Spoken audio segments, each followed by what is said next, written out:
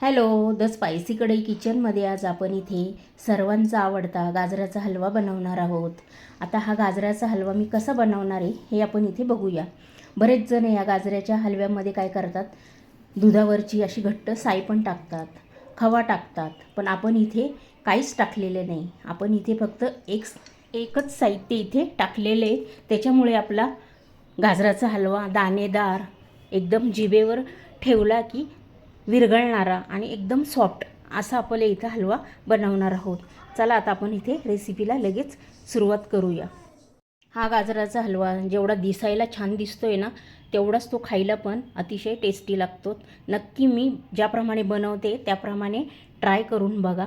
फक्त आपण इथे गाजराचा हलवा बनवताना ना, भांडं असं पसरट घ्यायचं आणि खोलगट घ्यायचं. खोलगट नसलं तरी चालेल, पण असं पसरट घ्यायचं. त्याच्यामुळे काय होतं की आपण जेव्हा गाजर त्या दुधामध्ये मिक्स करतो ना, की ते छान मिक्स होतं. म्हणून इथे भांडं नेहमी असं पसरट घ्यायचं आपण. इथे मी 3 चमचे साजूक तूप टाकून घेतलेले.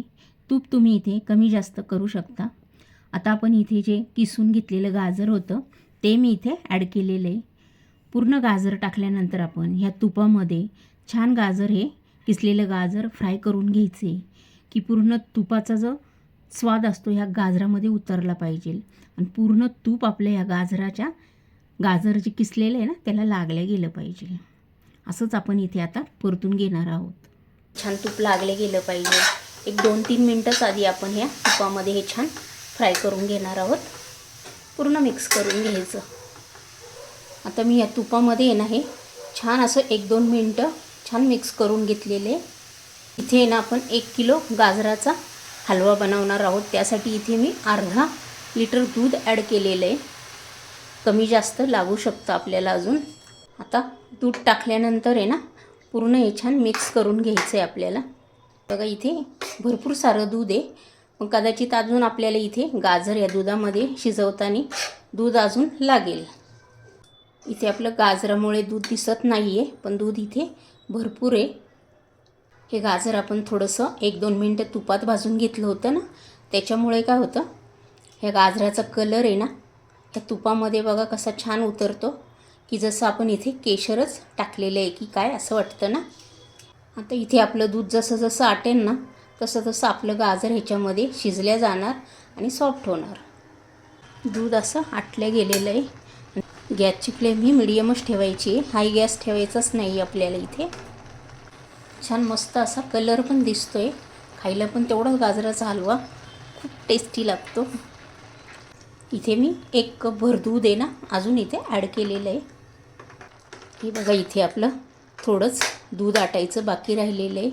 पूर्ण इथे दूध आटलं गेलेलं आहे. जसं जसं आपलं हे गाजर दुधामध्ये आटतं आहे ना, छान शिजल्या जातं आहे ना, तसा मस्त असा छान असा गोड वास मस्त सर्व घराभर दरवळतो आहे. आता इथे आपले 5च मिनटं राहिलेले. पूर्ण दूध इथे तुम्ही बघू शकता छान मस्त असं आटलं गेलेलं आहे. आणि जो गाजर आपण किसून घातलं ना ह्याच्यामध्ये ते पण इथे मी चेक केलं, छान मस्त असं हे दुधामध्ये शिजलं गेलेलं आहे.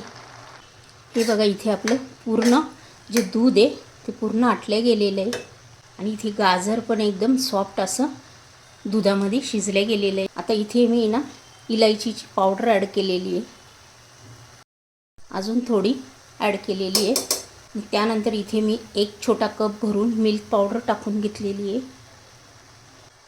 अर्धा कप भरून मी इथे साखर ॲड केलेली आहे. तुम्ही किती गोड खाता त्यानुसार तुम्ही इथे क्वांटिटी वाढवू शकता.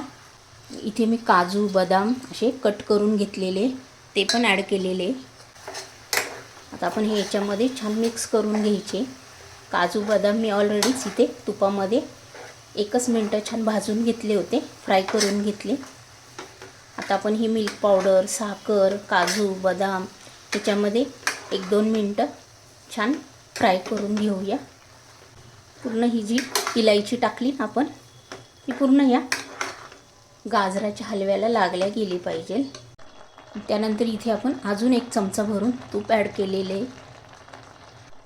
अजून 1 चमचा इथे मी टाकून घेतलेलं आहे. 2 चमचे आपण इथे अजून ॲड केलं तूप. आता तूप टाकल्यानंतर पण आपण एकदा हे छान मिक्स करून घ्यायचं आहे. पूर्ण आपलं जे साहित्य टाकलं ना आता हे छान याच्यामध्ये मिक्स करून घ्यायचं आहे. जेवढं मिक्स केलं ना तेवढी त्याची टेस्ट छान लागते. आता आपण इथे 1-2-3 मिनटं हे छान होऊन देऊया. आता इथे आपण जेवढं साहित्य टाकलं होतं ना ते छान याच्यामध्ये मिक्स झालेलं आहे. इलायची, मिल्क पावडर, साखर छान मिक्स झालेलं आहे. आणि तुम्ही बघू शकता इथे आता आपला गाजराचा हलवा तयार झालेला आहे. तुम्हाला जर ही माझी रेसिपी आवडली असेल, गाजराच्या हलव्याची रेसिपी, तर पटकन लाईक करून घ्या. चॅनलवर जर नवीन असेल तर सबस्क्राईब करून घ्या. हा व्हिडिओ तुमच्या मित्रमैत्रिणींनाही शेअर करा. आणि अशा छान छान रेसिपी घेऊन आपण नेक्स्ट व्हिडिओमध्ये पुन्हा भेटूया. अशीच एक छान रेसिपी घेऊन. बाय.